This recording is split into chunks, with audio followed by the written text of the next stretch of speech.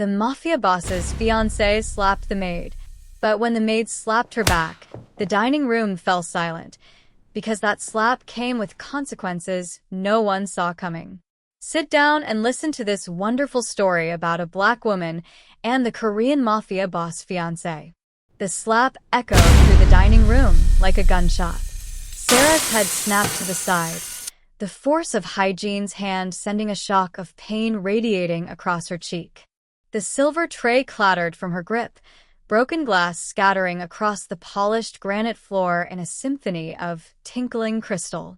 For a moment, everything froze. The world narrowed to the burning sensation on her face, the taste of blood where she'd bitten her tongue, and the humiliation that threatened to drown her. "Know your place," Hye-Jin hissed, her perfectly manicured hand still raised, trembling with rage. "You are nothing here. Nothing." Around the enormous dining table, the Kong family sat in stunned silence. Madame Kong, the matriarch who controlled Korea's most feared crime syndicate from the shadows, leaned forward slightly in her chair, her cold eyes sharp with interest. Her son, Ji-hoon, the reluctant mafia boss who'd inherited an empire he never wanted, had finally looked up from his untouched plate, his handsome face unreadable. The other servants had pressed themselves against the silk-papered walls, making themselves invisible. They'd all learned what happened when Hye-Jin's temper flared. In the 3 years since Madame Kong had brought her goddaughter into the household and arranged her engagement to Ji-hoon, Hye-Jin had perfected the art of wielding cruelty like a weapon. Sarah's cheek throbbed, a red handprint already forming against her dark skin. Tears sprang to her eyes, hot and unwelcome, but she blinked them back furiously. Her hands trembled at her sides, curling into fists so tight her nails bit into her palms. Every instinct screamed at her to run, to bow her head, to apologize and disappear like everyone expected. But something inside Sarah had shattered the moment Hye-Jin's hand connected with her face. Something that had been cracking for weeks, for months, for years. Every humiliation she'd swallowed, every injustice she'd witnessed, every time she'd made herself small to survive, all of it crystallized into a single, burning thought. No more. Her hand rose before conscious thought could stop it. Time seemed to slow as her palms swung through the air and then connected with Hye-Jin's perfectly made-up cheek with a crack that was somehow even louder than the first. Hye-Jin stumbled backward, her hand flying to her face, her eyes wide with shock. The room erupted into chaos. Gasps came from every corner. Someone dropped a plate in the kitchen. The head butler made a strangled sound. You struck me," Hye-Jin whispered, her voice barely audible. Then louder, shrill with disbelief. "You struck me." Sarah stood perfectly still, her arms still extended, her chest heaving. The reality of what she'd done was crashing over her like a wave, but she refused to let it show. She met Hye-Jin's shocked gaze, with steady eyes. "I am not your punching bag because you're unhappy," Sarah said, her voice low but clear enough for everyone to hear. "I am not your outlet for whatever pain you're carrying. I am a human being, and you will not put your hands on me again." The silence that followed was absolute. Even the sound of breathing seemed too loud. Madame Kang's lips curved into something that might have been a smile, though there was no warmth in it. She leaned back in her chair, fingers steepled beneath her chin, watching the scene unfold with the fascination of someone observing a particularly interesting chess match. Ji-hoon's expression had shifted from bored indifference to something else entirely. His dark eyes were fixed on Sarah with an intensity that made her skin prickle, though she refused to look away from Hye-Jin. Hye-Jin's shock was transforming into rage. Her face flushed crimson, her hands shaking as she lunged forward. "How dare you? Do you know who I am? I'll have you thrown out on the street. I'll make sure you never work again. I'll..." "Enough." Madame Kang's voice cut through Hye-Jin's tirade like a blade through silk. It wasn't loud, but it carried absolute authority. Hye-Jin froze mid-sentence, her mouth still open. She turned to face the older woman, her eyes pleading. Mother Kong, she assaulted me. In front of everyone. She needs to be punished, she needs to. I said enough, Hye-Jin. Madame Kang's tone was ice. Sit down. For a moment, Hye-Jin looked like she might argue, but something in Madame Kang's expression made her think better of it. She sank into her chair, her hand still pressed to her reddening cheek, her eyes glistening with tears of humiliation and rage. Madame Kang, before we continue, dear listener, don't forget to hit the subscribe button, like this video, and share your thoughts in the comments. Also, tell us where you're watching from. Thank you. Kang's gaze shifted to Sarah, who stood frozen in place, her mind racing. This was it. She would be fired, possibly worse. The Kong family didn't just dismiss servants who caused trouble. They made examples of them. What is your name? Madame Kong asked, her voice conversational, as if they were discussing the weather rather than an unprecedented act of defiance. Sarah, Mum. Her voice came out steadier than she felt. Sarah. Madame Kong tasted the name, her head tilting slightly. You've been with us for 2 weeks, correct? Yes, ma'am. And in those 2 weeks, what have you observed about this household?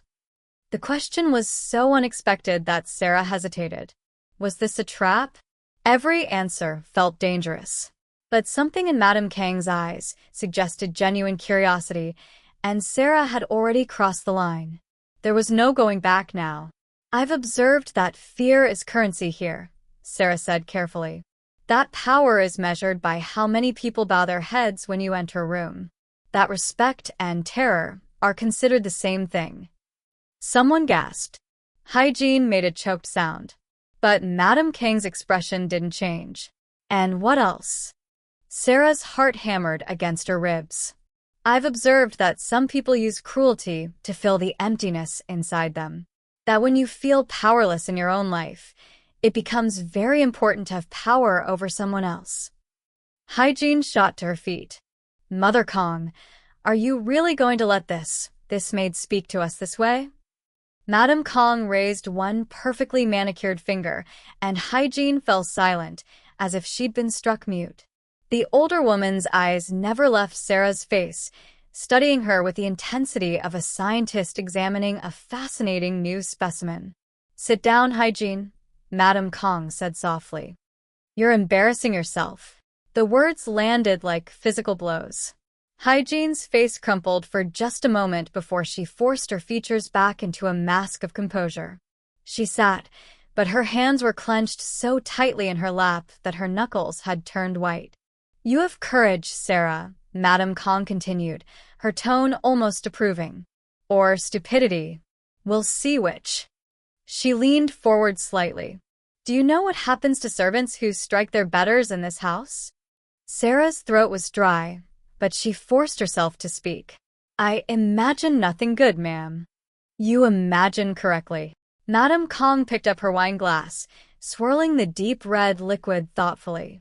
I've had people disappeared, for far less. A maid who stole a silver spoon. A driver who looked at my son the wrong way. A cook who gossiped about family business. She paused, taking a delicate sip. Would you like to know what happened to them? No, ma'am, Sarah whispered, but her chin remained lifted, her gaze steady. And yet you struck Hye-Jin anyway. Knowing the consequences. Knowing who she is, who we are. Madame Kong set down her glass with a soft click. That suggests either you're suicidal or you've already lost everything that matters. Which is it? The question cut too close to the truth. Sarah felt her composure waver for the first time since the slap. Images flashed through her mind unbidden. Her father's kind face. The courthouse steps where he'd stood, promising to bring down the corrupt syndicates that plagued Seoul. The phone call that shattered her world. The funeral she couldn't attend because the same people who'd killed him were looking for her too. The latter, ma'am, Sarah said quietly. Something shifted in Madame Kang's expression, so subtle that Sarah almost missed it.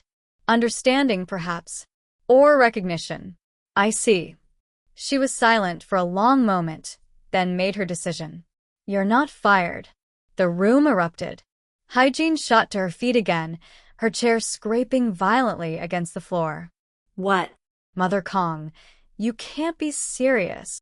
I am entirely serious. Madame Kang's voice hardened. In fact, Sarah, you'll be reassigned. Starting tomorrow, you'll be responsible for my son's study. Evening tea, whatever he requires. Ji-hoon spoke for the first time, his voice deep and slightly rough as if from disuse. Mother, I don't need. It's decided. Madame Kong stood, her movements graceful despite her 60 years. This dinner is over. Everyone out. Except you, Hye-Jin. We need to talk. The servants scrambled to leave, shooting curious and frightened glances at Sarah as they fled. Sarah moved to follow them, her legs shaking so badly she wasn't sure they'd support her weight. Sarah, Madame Kong called as she reached the doorway. That spine of yours. I want to see if it's real or just a moment of madness. Don't disappoint me. Sarah nodded, not trusting herself to speak, and escaped into the hallway. The moment she was out of sight, she leaned against the wall, her whole body trembling. What had she done? What had just happened? That was either the bravest or stupidest thing I've ever seen. Sarah jumped. Ji-hoon stood a few feet away, hands in his pockets, regarding her with those unsettling dark eyes. Up close, he was even more handsome than the photos in the society pages suggested, but there was something hollow about him, like a beautiful shell with nothing inside. I'm thinking stupid, sir, Sarah managed, her voice shaky. Ji-hoon, he corrected. If you're going to be bringing me tea, we might as well dispense with the formalities. He studied her for a moment longer. Why did you do it? Really? Sarah met his gaze. Because I'm tired, sir. Yehon. I'm tired of people thinking they can break others just because they're broken themselves. Something flickered in his eyes, too quick to identify. And you think Hye-Jin is broken? I think everyone in this house is broken, Sarah said, then immediately wished she could take it back. I'm sorry, I shouldn't have. Don't apologize for honesty. It's refreshing. He turned to leave, then paused. A word of advice. My mother doesn't keep people around because she likes them. She keeps them because they're useful. Figure out what use you are to her, or that spine she admires won't matter. He walked away, leaving Sarah alone in the corridor, her cheeks still throbbing, her future more uncertain than ever. Behind the closed dining room doors, Hye-Jin's voice rose in desperation. Please, Mother Kong, you have to fire her. She humiliated me in front of everyone. You humiliated yourself, Madame Kong said coldly. Throwing tantrums like a child, striking servants because you're angry at my son. I wasn't. Don't lie to me, Hye-Jin. I've raised you since you were 12 years old. I know when you're lashing out because Ji-hoon ignored you again. Madame Kong circled the table slowly, her heels clicking against the stone. 3 years engaged, and he still looks at you like you're a stranger. Why do you think that is? Hye-Jin's eyes filled with tears. I've done everything you asked. Everything. I've made myself perfect for him. Perfect. Madame Kang's laugh was bitter. I made you into a weapon, Hye-Jin. Sharp, beautiful, dangerous. But my son doesn't want a weapon. He never has. She stopped in front of the younger woman, her expression softening almost imperceptibly. I did you no favors, child. I should have let you grieve your parents, let you be soft, let you find your own way. Instead, I molded you into what I needed, what this family needed. Then why keep that maid? Hye-Jin's voice broke. She disrespected me, disrespected you, disrespected this entire family. She did something no one else in this house has done in 3 years, Madame Kong said quietly. She made my son look up from his plate. She made him interested in something other than his misery. She placed a hand on Hye-Jin's shoulder. You want to win, Ji-hoon? Stop trying to be what you think he wants. Stop trying to be what I made you. Find out who you actually are. I don't know who that is anymore, Hye-Jin whispered, tears streaming down her face, ruining her perfect makeup. Then perhaps it's time you figured it out. Madame Kang's voice was gentler than Hye-Jin had heard in years. Go rest. We'll discuss the wedding arrangements another time. Hye-Jin left the dining room, her perfect posture finally crumbling as she fled toward her suite. In the empty corridor, she caught sight of herself in one of the ornate mirrors. Her cheek was still red from Sarah's slap, her mascara smudged, her carefully constructed facade in ruins.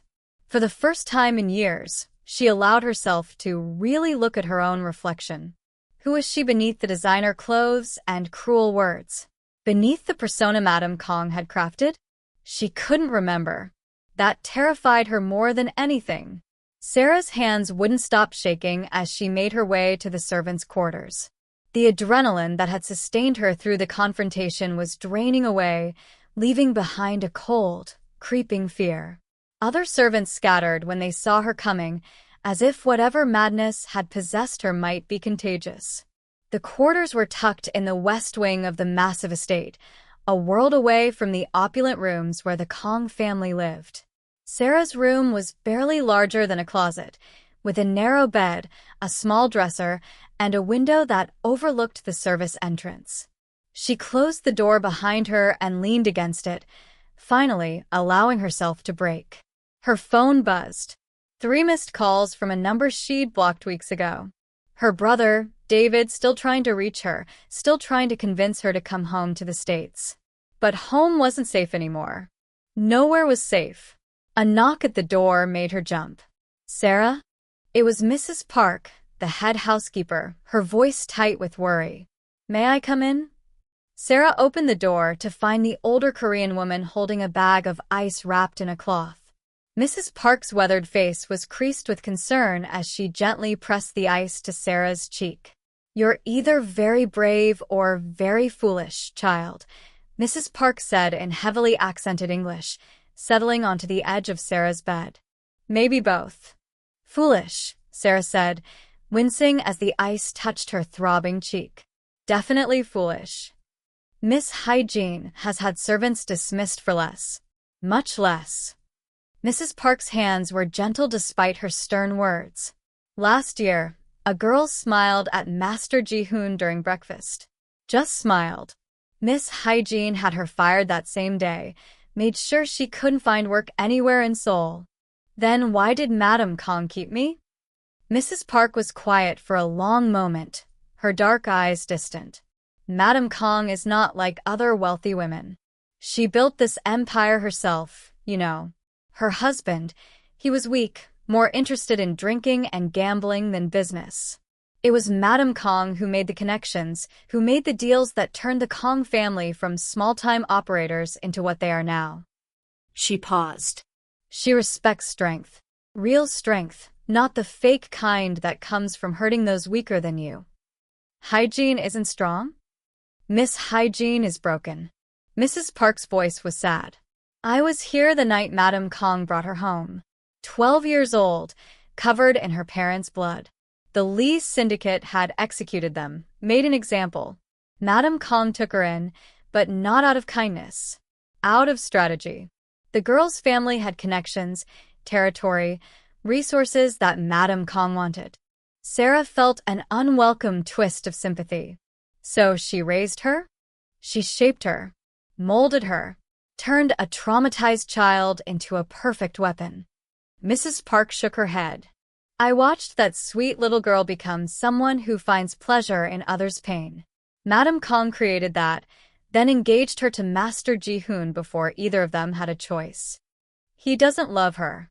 Master Ji-hoon doesn't love anyone. Not even himself. Mrs. Park stood, patting Sarah's hand. Be careful, child.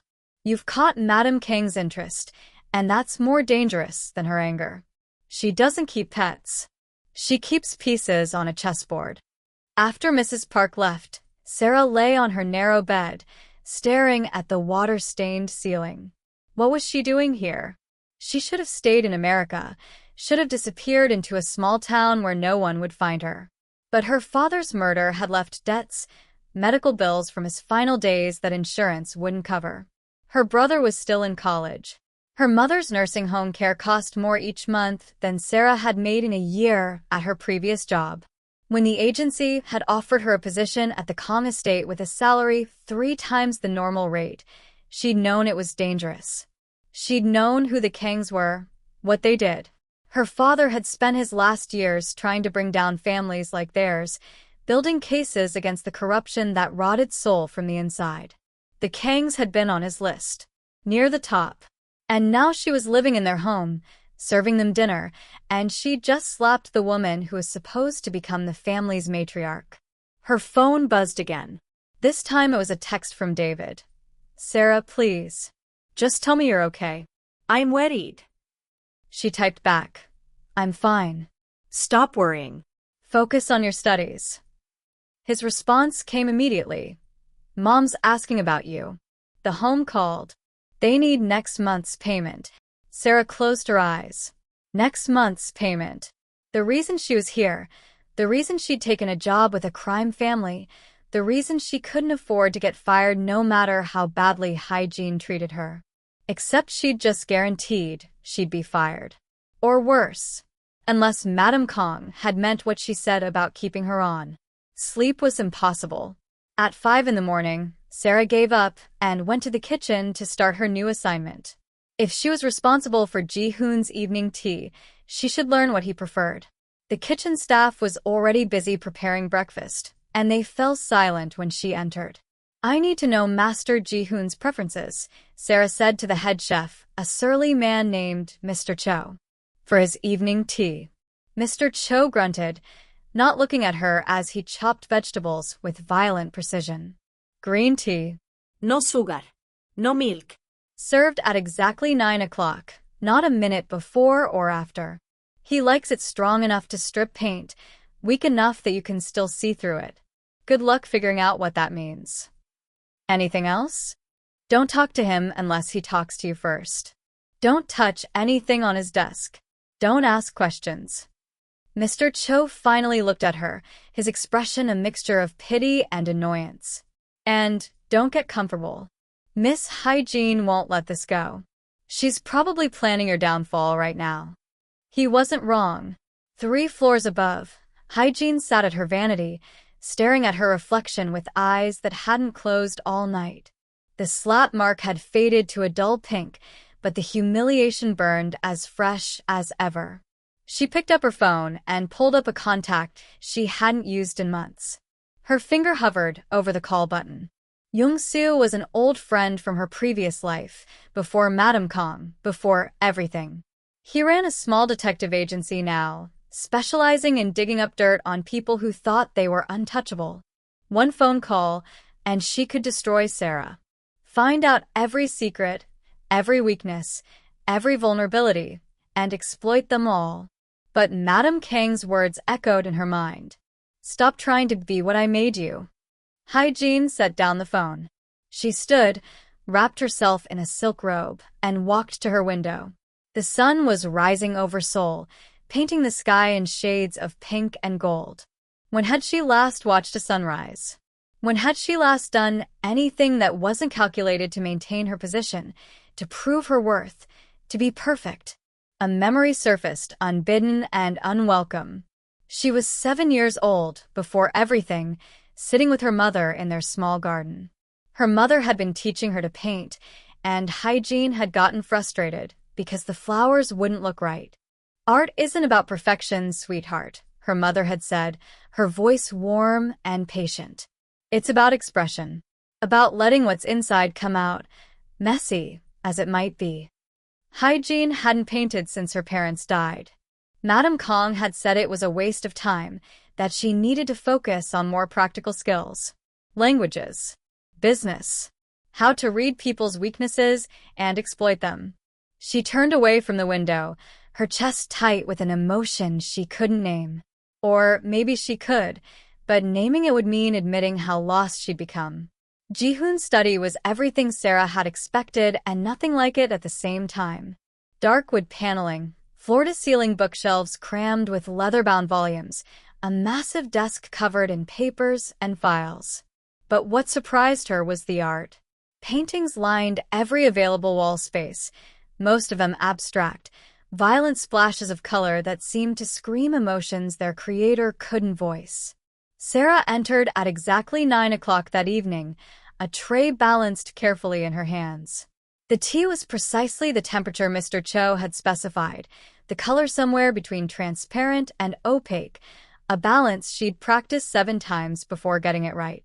Ji-hoon sat behind his desk, a tumbler of whiskey beside him despite the early hour, his tie loosened and his usually perfect hair disheveled.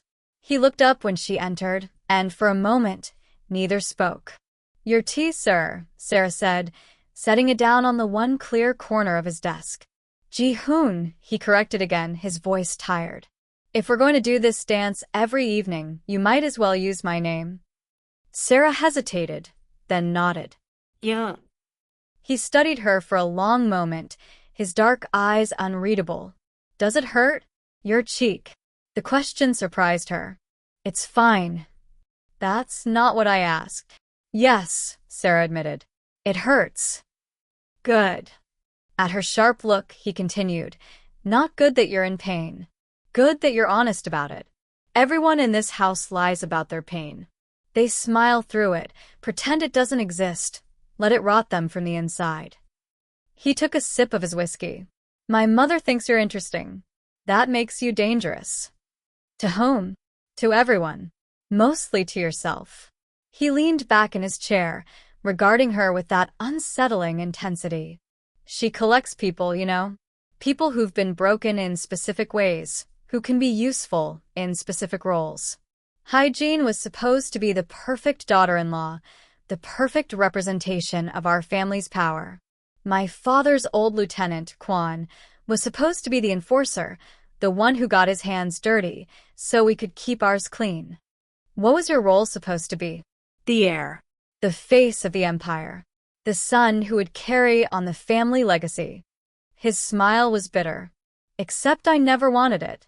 Not the business, not the violence, not any of it. My father died when I was 19, and suddenly I was in charge of an organization built on extortion, gambling, and worse things I try not to think about." Sarah poured the tea carefully, the delicate porcelain cup almost translucent in the low light. "Why not leave? And go where?" Do what? "This is all I know. All I've ever known." He accepted the tea, holding it but not drinking. "Besides, if I leave, my mother will just find someone else to put in charge. Someone who might actually enjoy the work. At least this way, I can try to minimize the damage." "Is that why you looked so bored at dinner? Because you've given up?" The words came out before Sarah could stop them, far too familiar, far too bold. She tensed, waiting for anger. But Ji-hoon just laughed, a short, sharp sound without humor. "Perceptive. Yes, I suppose I have given up. What's the point of fighting when you've already lost?" He finally took a sip of the tea, and something in his expression softened slightly. "This is perfect. How did you manage that?" "Practice. 7 attempts. 7 attempts for tea you'll serve once a day to a man you just met. Most people would have stopped after 2, figured I wouldn't notice the difference." He set down the cup carefully. "You're not most people, are you, Sarah? I'm just trying to keep my job." No. He shook his head. "You're trying to survive. There's a difference. Keeping a job means you care about the work. Surviving means you need the money, need the safety, need something you're not saying." His eyes narrowed slightly. "What are you running from?" Sarah's heart hammered. "I'm not running from anything." Another lie. "You're better at honesty." He stood, walking to one of the paintings on the wall. It was a violent red and black piece, all sharp angles and aggressive brushstrokes. "My father painted these. Did you know that? Everyone thinks they're professionally made, bought from some gallery. But he painted them in the basement, late at night, when the whiskey took him." "They're angry," Sarah said quietly. He was angry. At the life he'd inherited, at the choices he'd made, at the man he'd become. He painted instead of screaming, and then he drank himself to death because painting wasn't enough. Ji-hoon touched the canvas gently. I inherited his empire, his enemies, his guilt. Everything except his outlet. I can't paint. I can barely feel anything anymore. The confession hung in the air between them, intimate and unexpected. Sarah knew she should leave, should maintain the professional distance a servant was supposed to keep. But something about this man's loneliness called to her own. What do you think the Mafia boss truly loves about Sarah, and why do you think he keeps her waiting? Do you believe they could eventually fall in love, even while his fiancée is still in the house? Tell us in the comment section your opinion.